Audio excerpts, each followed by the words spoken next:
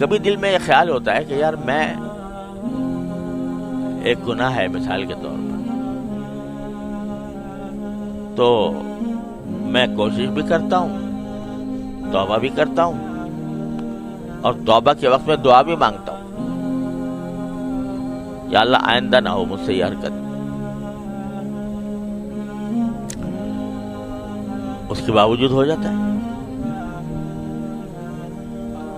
تو جب میں نے اپنے اللہ کے سامنے گزارش کر دی، اللہ تعالیٰ سے میں نے مانگ لیا، پھر کیوں اللہ میاں مجھ سے، پھر کیوں اللہ میاں نے مجھے روکا نہیں اس سے؟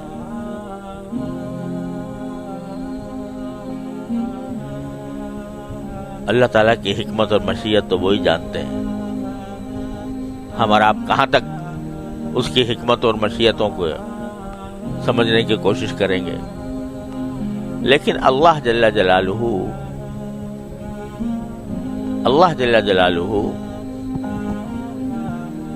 بندے کا گرنا پڑنا بھی ان کی مشیت میں ہوتا ہے بعض اوقات، سمجھے؟ گرنا پڑنا کیوں ہوتا ہے؟ تاکہ یہ مزید روئے، یہ مزید میری طرف متوجہ ہو، مزید مجھ سے توبہ مانگے، مزید مجھ سے معافی مانگے،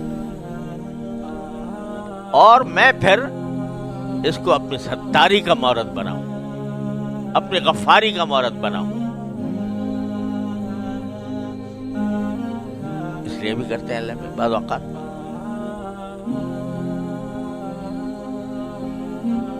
اس لیے دیکھو، ایک اللہ تعالیٰ معاف کرے، ایک چیز ہوتی ہے استدراج، اللہ تعالیٰ ہر مسلمان کو اسے محفوظ رکھے۔ استدراج کیا ہے؟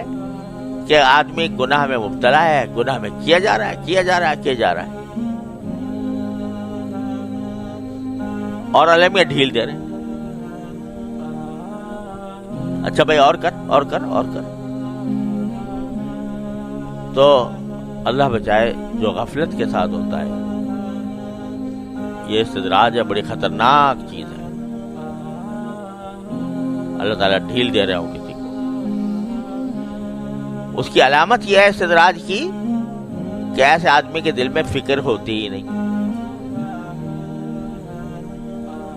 اس کو نہ ندامت ہوتی ہے، نہ فکر ہوتی ہے کہ میں کیوں کر رہا ہوں، وہ تو سینہ تان کے کر رہا ہوتا ہے گناہ، اعوذ باللہ۔ وہ تو ہے بڑی خطرناک چیز۔ اور ایک وہ ہے جو گناہ تو کر رہا ہے بیچارہ، لیکن شرمندگی کے ساتھ، عاجزی، اللہ تعالیٰ کے سامنے عاجزی ظاہر کرتا ہے، روتا ہے، گڑ گڑاتا ہے، یا اللہ مجھ سے یہ ہو گیا، مجھے بچا لے اس سے، یا اللہ مجھ سے آئندہ میں اس گناہ میں مبتلا نہ ہوں۔ آج کل کے جو گناہ ہے وہ نظر کا گناہ سب سے خراب ہے، تو میں اس کی خاص طور پر، اور بھی غیبت سب پتہ نہیں کیا کیا ہم مبتلا رہتے ہیں جن گناہوں میں۔ اب ہم جیسے لوگ جن کا بہرحال کچھ نہ کچھ کسی بزرگ سے تعلق ہے، کسی کا پاس بیٹھنے کا موقع ملا ہے، کچھ دین کی تعلیم حاصل کی ہے، کچھ تعلیم دے رہے ہیں، تو ان سے یہ توقع تو مشکل ہے کہ وہ ان کو نماز چھوڑنے کا گناہ کریں گے، یا وہ معاذ اللہ شراب پی لیں گے۔ لیکن جو گناہ پھیلے ہوئے ہیں معاشرے کے اندر، اچھا خاصے پڑھے لکھے اہل علم کے اندر، نظر کا گناہ،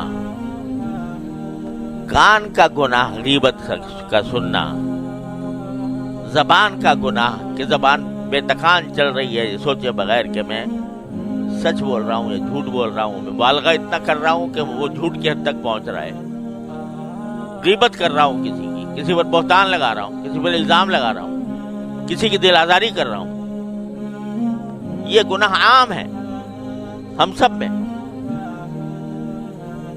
تو پہلے تو اس کا احساس ہونا چاہیے کہ یہ گناہ ہے، اور احساس ہونے کے بعد شرمندگی ہونی چاہیے. غیبت کر لی اور شرمندگی کوئی نہیں، اللہ بچائے. جب کیے جا رہے ہیں اور کوئی شرمندگی بھی نہیں، اس سے توبہ کرنے کا دھیان بھی نہیں، تو بھائی یہ خطرناک معاملہ ہے. لیکن اگر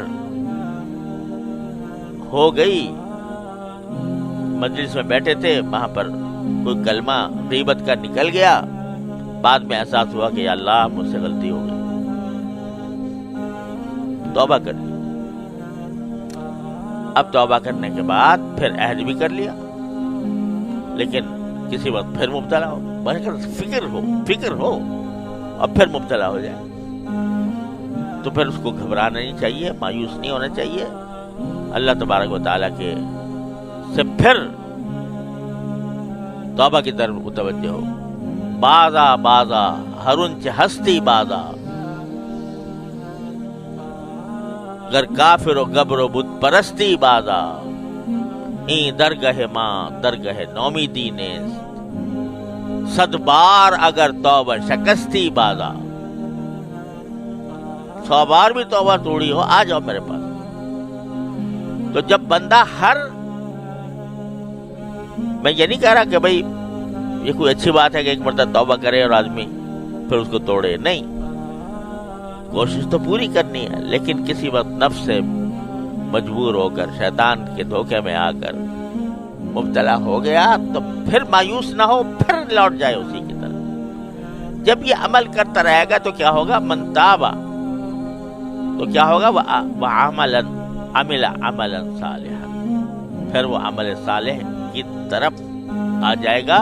کیا مانا کہ اس کے بیشتر اعمال صالحہ ہو جائیں گے. اور جب یہ ہوگا اور اللہ تبارک و تعالیٰ پھر اس کو طاقت دیں گے کہ بالکل وہ گناہ چھوٹ جائے، فَإِنَّهُ يَتُوبُ إِلَى اللَّهِ مَتَابًا، تو وہ لوٹ آتا ہے اللہ کی طرف، ٹھیک